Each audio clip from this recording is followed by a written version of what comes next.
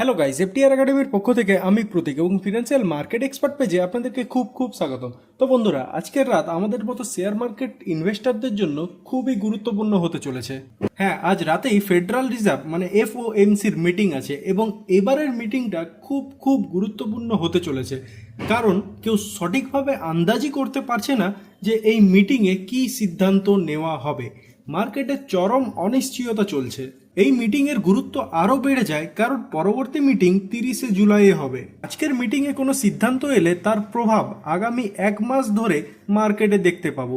এর মধ্যে 9 জুলাই ট্রাম্পের ট্যারিফ সংক্রান্ত সিদ্ধান্ত আসতে পারে, যার উপর ফেডের সিদ্ধান্ত নির্ভর করতে পারে। যদি 9 তারিখ ট্রাম্প ট্যারিফ নিয়ে কোনো বড় সিদ্ধান্ত নিয়ে ফেলেন, তাহলে ফেডারেল রিজার্ভের কাছে হিসাব করার সময় থাকবেন যে এই ট্যারিফের প্রভাব ইউএস ইকোনমির ওপর কতটা পড়ছে এবং তারা আগামী মিটিংয়ে রেট কাট করবে কিনা সেটা ঠিক করতে পারবে।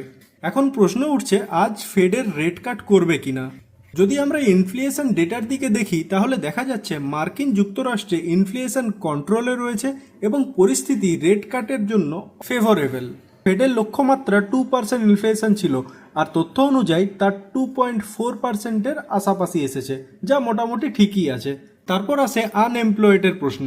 ট্রাম্প নিজেই অফেন্ডেড হয়ে আছে যে এত মানুষ চাকরি হারাচ্ছে আর ফেড কিছুই করছে না। তিনি বারবার রেট কাটের জন্য চাপ দিচ্ছেন, কারণ রেট কাট মানেই সস্তা ঋণ, মানে কোম্পানিগুলোর ব্যবসা বাড়বে, মানে নতুন চাকরি সৃষ্টি হবে। এছাড়াও মিডিল ইস্টে যুদ্ধ পরিস্থিতি নিয়ে একটা অজানা ভয় সবসময় কাজ করছে। যদি যুদ্ধ চরম পর্যায়ে পৌঁছে যায় আর ক্রুড অয়েলের দাম $120 হয়ে যায়, তাহলে ইউএস ইনফ্লেশন 5% পৌঁছে যেতে পারে, যা ইউএস ইকোনমির জন্য অত্যন্ত ক্ষতিকারক। এই সম্ভাবনার কথা জেপি মর্গানও বলেছে।